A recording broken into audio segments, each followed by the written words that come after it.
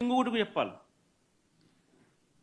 అసలు ఈ report reject అయిన రిపోర్టు మొట్టమొదటిసారి జూలై 12వ తారీఖున, అంటే ఎవరి హయాంలో, ఎవరు ముఖ్యమంత్రి? జూలై 12వ తారీఖున శాంపుల్స్ తీసుకున్నారు. అంటే ఎవరు ముఖ్యమంత్రి, ఎవరి హయాంలో ఇది? చంద్రబాబు నాయుడు గారు సాక్షాత్తుగా ముఖ్యమంత్రిగా ఉన్న హయాంలో. ఆయన జూన్ 4న ఎన్నికల్లో రిజల్ట్స్ అయినాయి. జూలై 12 ఆయనే ముఖ్యమంత్రి. ఆయన ముఖ్యమంత్రిగా ఉండగా శాంపుల్స్ జూలై 12వ తారీఖున శాంపుల్స్ తీసుకున్నారు. వచ్చిన ట్యాంకర్, ఒక ట్యాంకర్ తిరుపతికి ఆ టైంలో వస్తే, నెయ్యి సప్లై చేసే ట్యాంకర్ వస్తే దాంట్లో నుంచి శాంపుల్స్ తీసుకున్నారు. ఈ శాంపుల్ను 17వ తారీఖున 17న అంటే వాళ్ళ టెస్టులన్నీ చేసి, ఆ 3 టెస్టులు అక్కడే వాళ్ళు చేస్తారు. చేసిన ఆ టెస్టులు సరిగ్గా రాలేదు కాబట్టి ఆ శాంపుల్స్ను 17వ తారీఖున ఎన్డీడీబీకి పంపించినారు, నేషనల్ డైరీ డెవలప్మెంట్ బోర్డుకు. వాళ్ళు 23వ తారీఖున రిపోర్ట్ ఇచ్చినారు.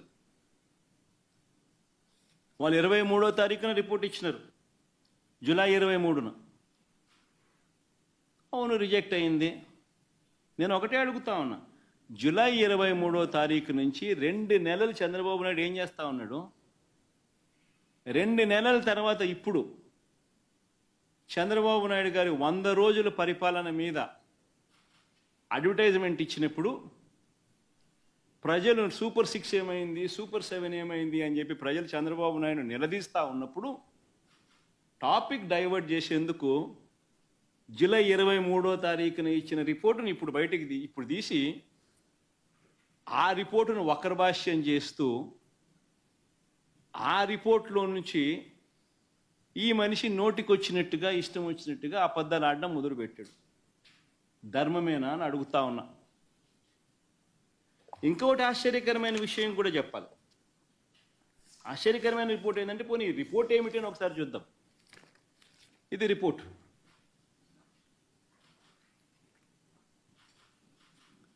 ఈ రిపోర్ట్ చూస్తే ఈ రిపోర్ట్లో కూడా ఏమని కనిపిస్తూ ఉంది? ఇది S value, standard S value ఇవి ఉండాలి. అయితే స్టాండర్డ్ ఎస్ వాల్యూ ఇవి కాకుండా ఇవి ఉన్నాయి, అంటే డీవియేషన్ ఉంది, are falling out of the range.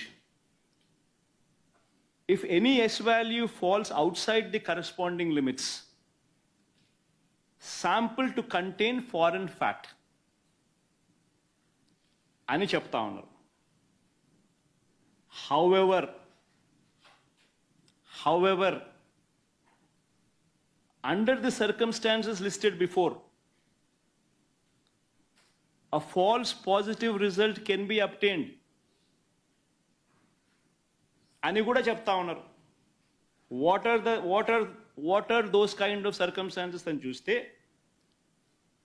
If the sample is obtained from bovine milk other than cow's milk, if the sample is obtained from cows which received an exceptionally high feeding of pure vegetable oils such as repressed oil, cotton or palm oil, etc. Exception చెప్తా ఉన్నాను. Or if sample is obtained from cows suffering from serious underfeeding, or if the sample is obtained from cheeses, or if the sample is extracted by using the Gerber, Weibull, Berntrop or Schmidt, Bonsky, Rasgal methods. అంటే ఇవి exceptions కూడా ఉంటాయి అని కూడా చెప్తా ఉన్నారు. నేను చెప్పేది ఒకటే చెప్తా ఉన్నా, ఏదైనా కానీ ఒక రోబస్ట్ ప్రక్రియ టీటీడీలో ఉంది అని చెప్పడానికి సంతోషపడాలి, గర్వపడాలి. టీటీడీ అన్న దేవాలయం అన్నది, టీటీడీలో తయారయ్యే లడ్డు అన్నది, స్వామివారికి దగ్గర తయారయ్యే ఈ కార్యక్రమం అనేది ప్రసిద్ధి కాంచిన గొప్ప పరిణామం అని చెప్పాలి. టీటీడీలో ప్రాక్టీస్ చేస్తూ ఉన్న ప్రాక్టీసెస్ ఎంత గొప్పవి అని చెప్పి ఇంకా మనం పొగుడుకోవాలి. కానీ మనమేం చేస్తూ ఉన్నాము?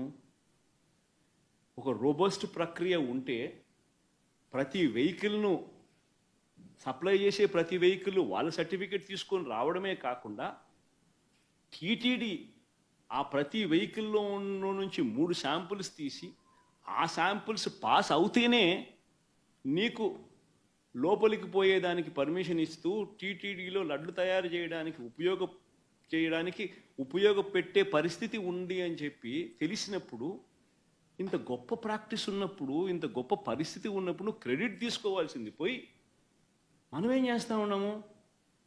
అబద్ధానికి రెక్కలు కడతా ఉన్నాం. రెక్కలు కడుతూ ఇవన్నీ శాంపుల్స్ ఇవన్నీ టెస్టుల్లో ఫెయిల్ అయినా కూడా వాడేసినారు, లడ్ల కింద తయారీ చేసేసినారు, ప్రజలకై భక్తులకై పంచిపెట్టినారు, భక్తులు అలాంటి లడ్లు తిన్నారు అనే ఒక ముఖ్యమంత్రి స్థానంలో ఉన్న వ్యక్తి టీటీడీ వెంకటేశ్వర స్వామి గుడిని అపవిత్రత పాలు చేస్తూ అక్కడ తయారు చేసే ప్రక్రియను అభాస్పాలు చేస్తూ మన గుడిని, మన వెంకటేశ్వర స్వామిని మనం తగ్గించుకుంటున్నాం.